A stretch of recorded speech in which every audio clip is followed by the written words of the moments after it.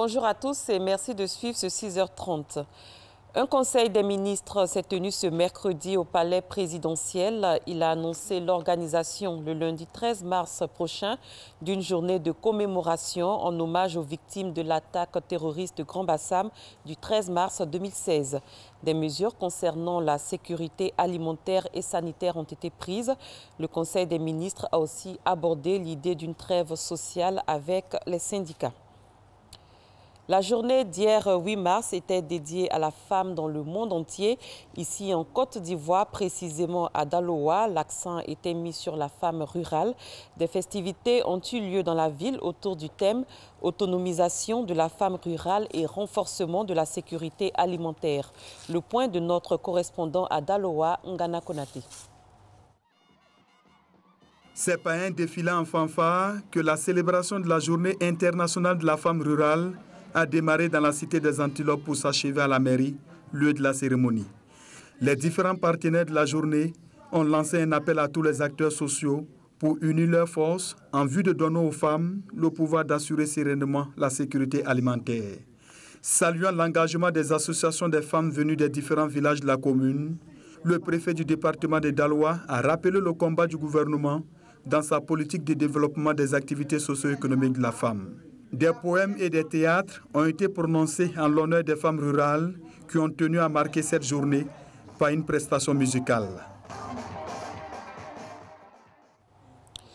Le 8 mars, c'est surtout la journée internationale des droits de la femme. La Côte d'Ivoire s'est engagée pour l'élimination de toute forme de discrimination à l'égard des femmes. En 2012, la nouvelle loi sur le mariage a suscité de nombreuses réactions.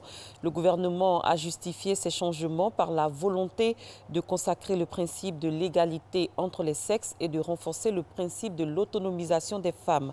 4 ans plus tard, quel bilan établir quant à l'application de cette nouvelle loi? Nos reporters ont sillonné quelques villes pour nous éclairer. C'est le geste qui consacre un des articles phares de la nouvelle loi relative au mariage. Loi adoptée en novembre 2012 à une majorité écrasante, 213 voix contre 10. Petit rappel de ce qui a changé dans le code ivoirien de la famille avec cette nouvelle loi. C'est d'abord la suppression de l'article 53. Ensuite, 4 articles ont été modifiés. L'article 58, il mentionne désormais que la famille est gérée conjointement par les époux dans l'intérêt du ménage et des enfants, ce qui implique que l'homme n'est plus le seul chef de la famille. L'article 59, ancien, stipulait quant à lui que l'essentiel des charges du foyer pèse sur le mari. La nouvelle loi, elle, oblige les deux conjoints à contribuer aux dépenses du foyer en fonction de leurs revenus. Avec le nouvel article 60, le domicile de la famille est choisi d'un commun accord par les époux et plus seulement par le mari. Enfin, l'article 67 modifié octroie à la femme le droit d'exercer l'activité professionnelle de son choix sans avoir à demander la permission de son mari, à moins que le juge n'établisse que cette profession est contraire à l'intérêt de la famille. Voilà ce que dit la loi depuis 2012. Mais qu'en est-il de son application concrète? A-t-elle vraiment permis à la femme ivoirienne d'être l'égale de l'homme? Comment s'organise la famille en Côte d'Ivoire? Et qu'en est-il réellement des relations mari et femme au quotidien? Pour répondre à ces interrogations, nous avons recueilli des témoignages dans 4 grandes villes du pays. Avec l'arrivée de cette loi, il n'y a plus de respect parce que les femmes portent le pantalon, nous on porte le pantalon. C'est une bonne loi, mais ça ne s'applique pas sur le terrain. La femme, ton premier mari, c'est le travail. Il faut travailler. Tu ne peux pas dire je suis chef de famille et puis le matin tu dis donne-moi l'argent, je vais aller au marché. Où est-ce que l'homme fait que la femme ne peut pas faire? En tant que femme, je considère que l'homme est mon égal. C'est parce que mon niveau est bas. Si mon niveau ne serait pas bas, je serais candidate. Je sais que les gens vont me voter. Je vais me présenter en face d'un homme. Il faut reconnaître que cette loi nous embarrasse. Ça nous embarrasse dans l'application. Parce que Dieu ne nous a pas fait. Dieu nous dit dans le Coran que l'homme est responsable de la famille, quels que soient les moyens de la femme. La femme n'intervient que par volonté. Tout intellectuel que je suis, j'ai eu du mal à accepter cette loi. elle ne passe pas bien parce que les contours sociologiques, culturels de nos sociétés, même religieuses, n'ont pas été vraiment pris en compte dans l'élaboration de cette nouvelle loi.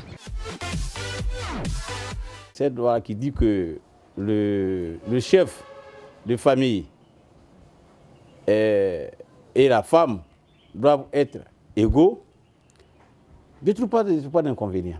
Au village, les parents ont toujours consulté les femmes avant de prendre une décision quelconque. La femme a toujours travaillé pour aider son mari. Quand elle va, elle a son champ de légumes, de tomates, elle aide toujours son mari. C'est la même chose aujourd'hui. Quand une femme travaille, les deux vont gérer ensemble. Je vends les oranges pour soutenir mon mari et mes enfants. Cela ne veut pas dire que moi je vais commander mon mari. C'est le mari qui commande la dame. Mais le nouveau loi qu'ils ont voté là, moi je ne peux pas accepter parce que c'est le mari qui est notre papa qui est tout pour nous. Un foyer, ça se gère à deux. Ça se gère à deux. D'où justement l'utilité et l'urgence d'emmener les femmes à être autonomes.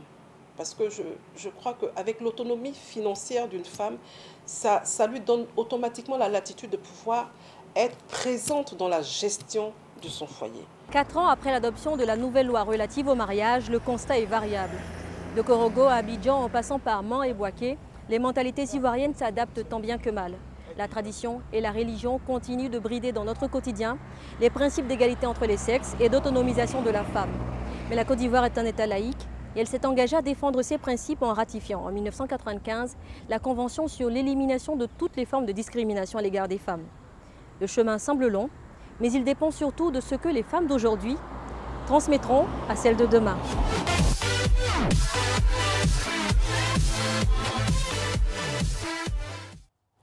Autre chose à présent, les catastrophes naturelles engendrent de nombreuses conséquences, au nombre desquelles figure la famine.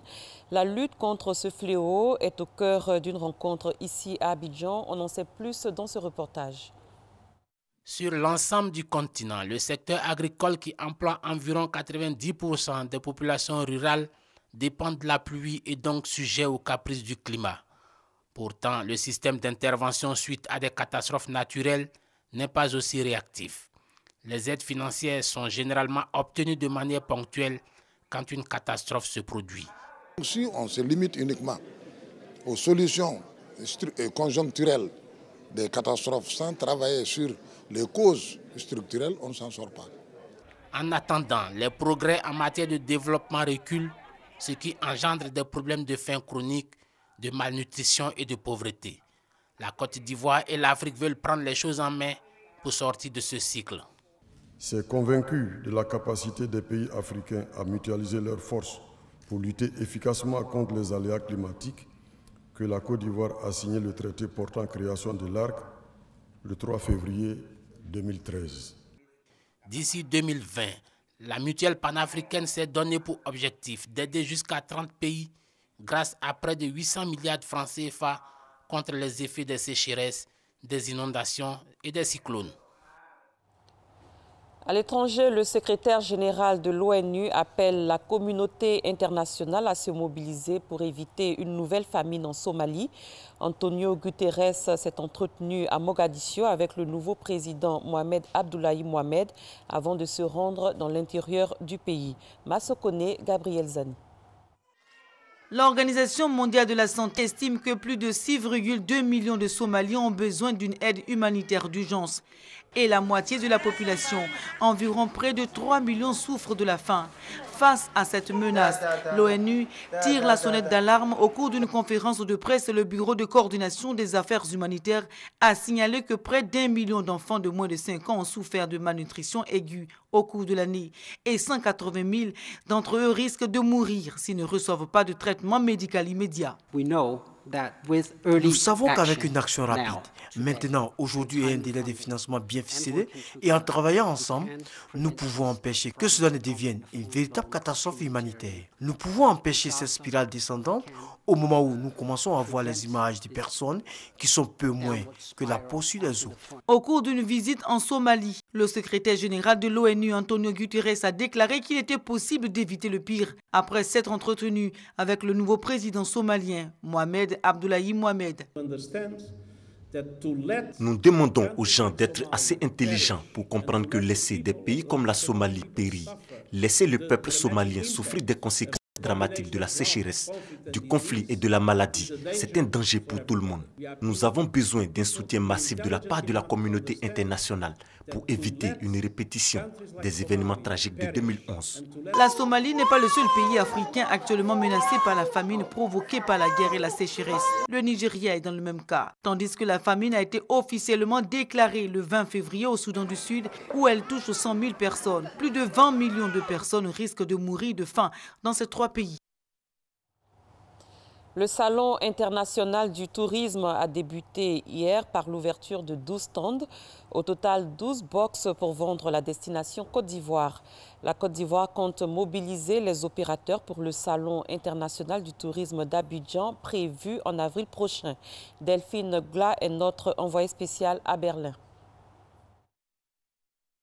Salon de Berlin. Le cacao et le café ivoirien font partie du voyage.